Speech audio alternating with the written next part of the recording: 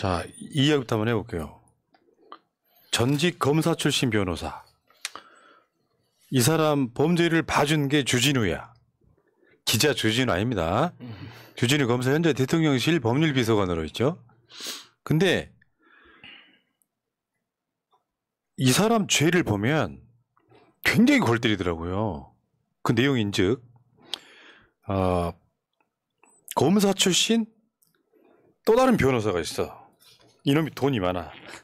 엄청 많아. 그래서 별명이 박재벌이었다네. 박수종 변호사. 얘가 금융범죄를 저지릅니다. 어마어마한 금융문제를.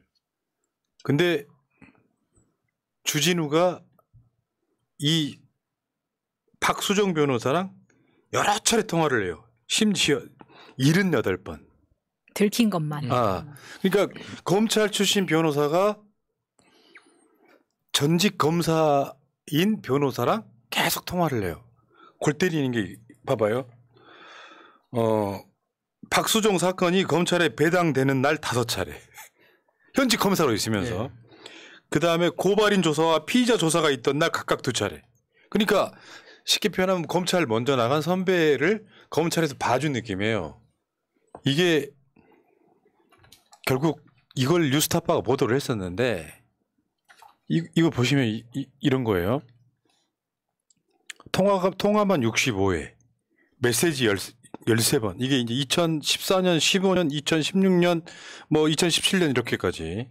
이때는 검사에서 나와서 청와대 근무할 때입니다. 그러니까 사실 지금 이제 청와대 이때 당시에 2014년에 근무를 했었으니까 이때 박근혜 때죠. 네.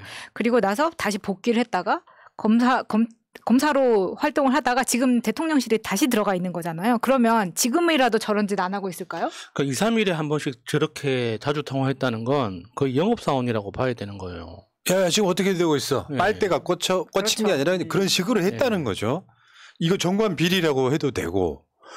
근데 이제 이런 거지. 저렇게 해서 결국 대법원 확정 판결이 난 주진우를 윤석열이는 영전시켜서 대통령실 법률비서관으로 데리고 가지 않습니까? 최민희 의원 있잖아요. 민주당 추천인데도 불구하고 편향적이어서 방통위원 임명 아직도 안 하고 있습니다.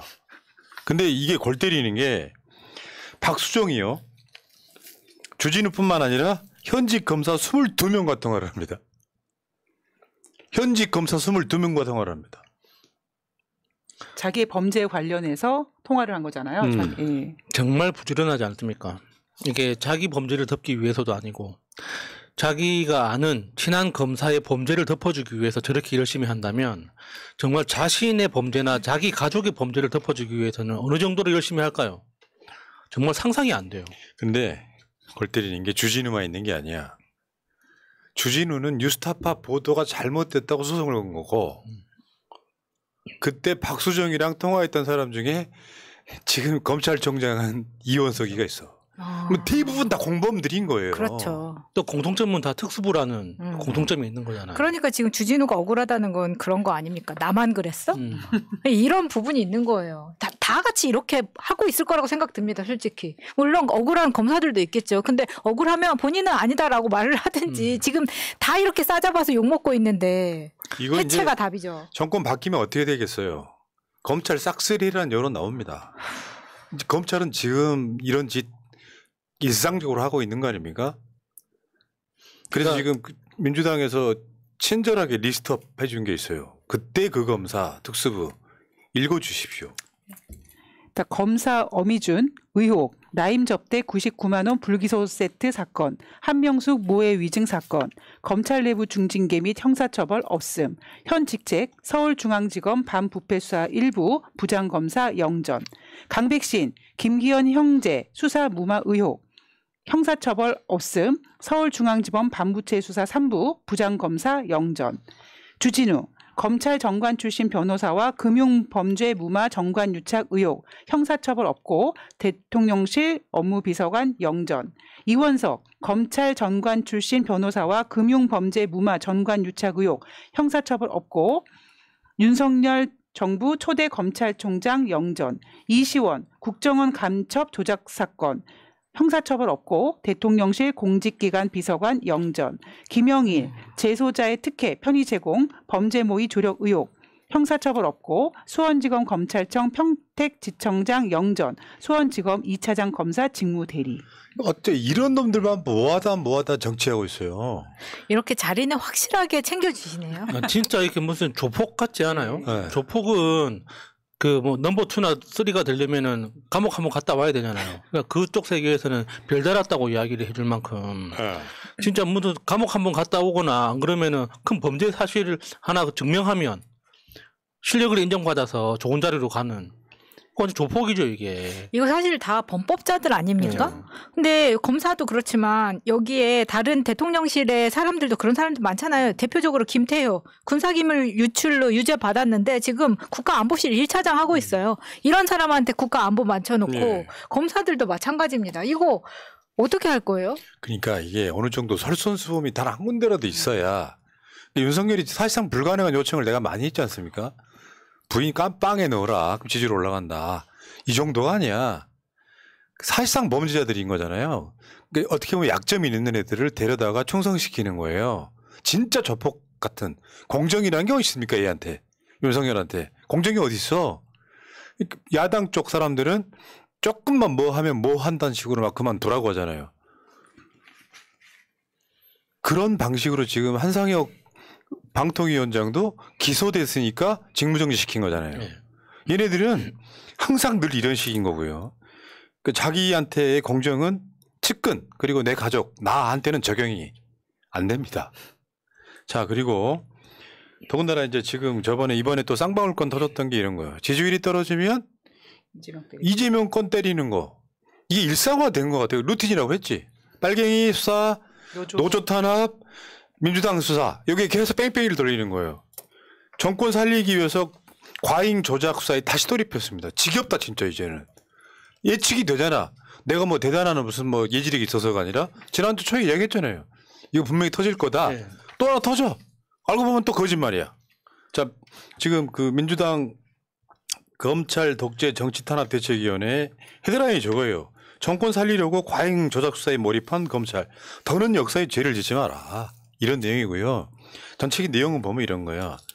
다다음 달이죠. 9월 달에 검찰에 정기 승진 인사가 있답니다. 그러면 여기서 뭔가를 찾아내가지고 유죄에 가깝게 뭔가를 해야 되는데 이재명 수사 같은 경우는 진전이 없어요. 대장동 재판 한번 보십시오. 뭐 하수인을 쓰려면 좀 머리 좀 좋은 놈 갖다 나 같은 놈 갖다 써야지. 유동규 갖다 나오니까 이제 코미디가 돼가지고 지금 어떻게 보면 조중동도 관심이 없는 재판이 돼버렸어요. 네. 특히나 이번에 검찰에서 흘렸다는 그 대북 관련된 이슈도 내용 자체가 너무 허접하기도 하고 그게 본인에 의해서 하루 만에 아니라고 검찰에서 거짓말한 거라고 그냥 드러나 버렸지 않습니까?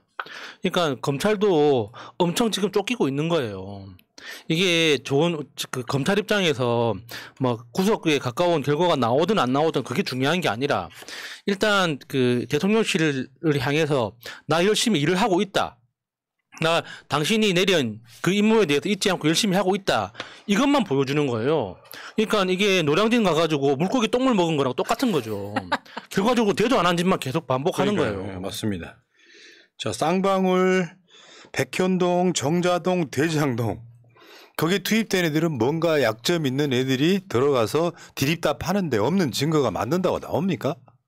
상대는 우리나라 제1당의 대표예요. 제가 봤을 때 내부적으로는 어떻게 보면 몸살인이들도 있을 거예요. 나중에 자기가 뒤집어 쓸 수는 없는 거잖아요. 전 일단 그렇게 보고 결국 윤석열이 지지율이 떨어지면은 언론과 검찰이 학자품을 냅니다. 조선일보 이 새끼들이 막차를 타고 있는 것 같아. 그 쌍방울 관련한 단독 냈었잖아요. 얼마 전에. 이화영 쌍방울의 방북비 300만 불 대납 이재명에게 보고했다. 그러면서 이제 전해졌다가 아니고 전해줬다로 우리가 정정을 해드렸죠. 알려졌다가 아니고 알려줬다로 정정을 했죠. 그러니까 이게 지금 아직도 이 스킬이 그대로 남아있는 거예요. 저런 스킬이 검찰이 노무현 대통령을 죽이고 조국 장관의 가족을 도륙하게 만드는 그 스킬인데 그나마 이재명 대표는 잘 버티고 있는 거죠. 현실적으로. 그러니까 조선일보도 그렇고 나머지 다 그 보수 매체들도 방북비라는 저 말이 얼마나 말이 안 되는 허황된 표현인지에 대해서 그 감추고 있어요. 그러니까 방북비라는 건 북한에 방문하기 위해서 필요한 뭐 차비, 뭐 호텔 체류비, 식비 이런 걸 말하는 게 아니잖아요. 그러니까 북한에 방문해주게 하는 대가로 북한 정권에 상납하는 일종의 그러니까 그런 비용, 대가성 그 비용을 말하는 건데 우리나라가 북한하고 거래하면서 또는 정치적으로 그 교류할 때 저런 돈 줬다고는 이야기 들어본 적 있습니까? 그렇죠. 만약에 저게 방북비라는 게 진짜 범죄로서의 실체를 가지려면 그 수사해야 되는 사람은 김정은인 거예요. 과거에 너 받았었니? 소환 조사해가지고 물어봐야 돼요. 근데 윤석열이 그러잖아요. 리투아니아 언론사나 북한은 압수수색 못 하잖아요. 야, 이번에 또 또 압수수색 여러 번 하던데, 여러 군데. 경찰 때려잡느라고 또 압수수색하고. 아무튼 검찰들 잘 생각해야 됩니다. 나중에 독박 쓸 수 있어. 윤석열이 시켰다는 증거는 없잖아. 독박 쓸 수 있어요. 근데 그 독박이 공중파 라디오에 출연한 국민의힘 쪽 정치인은 뭐라 그러냐면 지금 이화영 건에 대해서는 부인의 편지도 나왔고 본인의 편지까지 나왔잖아요. 근데 이거를 라디오만 듣는 사람들한테는 굉장히 가짜 뉴스를 이런 식으로 이야기합니다. 이화영의 부인이 같이 운동권 출신으로 만난 부부이기 때문에 감옥에 들어가서 이화영한테 좀 면회도 잘 안 가고 너 열심히 잘 버텨라. 너 잘 할 수 있지 않느냐라면서 신경을 안 쓴다는 거예요. 그러면서 가족을 모욕합니다. 그렇게 신경을 안 쓰는 사람이 이렇게 편지를 썼다는 거는 민주당의 회유가 있었을 거라는 거예요. 근데 민주당이 회유를 했으면 그 부인이 그렇게 편지를 쓰고 이후 그 다음날 본인까지 편지가 나왔는데 이걸 이런 식으로 물타기를 해서 가짜 뉴스를 버젓이 공중파 라디오에서 이야기를 하고 있더라고요. 공중파 라디오에 나온 놈이 그 아까 말한 180만 진성호랑 똑같은 거지. 난리 났네, 난리 났어. 진짜 깜짝 놀랐습니다. 저는 들으면서. 왜냐하면 이거 갖고 이제 9월 정기국회 때 이재명 대표 이제 구속영장 치겠다 이쪽 용어를 써먹으려고 지금 군불대기 하고 있는 거거든요. 네.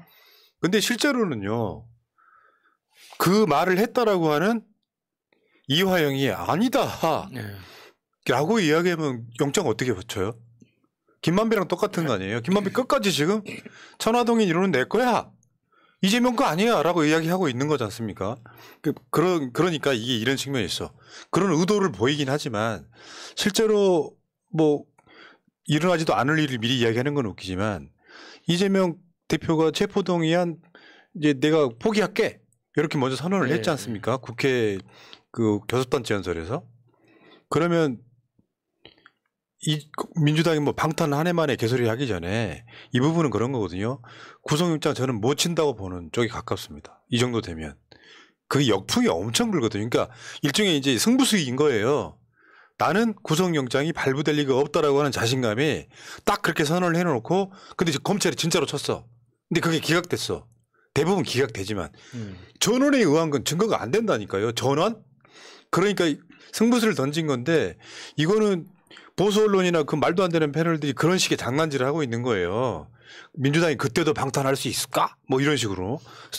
그리고 그것보다도 저는 또 개인적으로 그렇게까지 이화영 부인 되시는 분이 운동권에다 그런 자세한 라디오 방송 못 들었는데 제가 이제 그 YTN 같은 뉴스를 보면 뭐가 화가 났냐면 이거는 잘못된 그 오류 방송인데도 불구하고 이화영 부지사가 번복을 바꿨다라는 식으로 계속 왜곡해서 보도를 하더라고요. 이화영이 번복한 적이 없죠. 그러니까요. 조선일보가 보도했을 뿐이죠. 자, 여기까지 하겠습니다.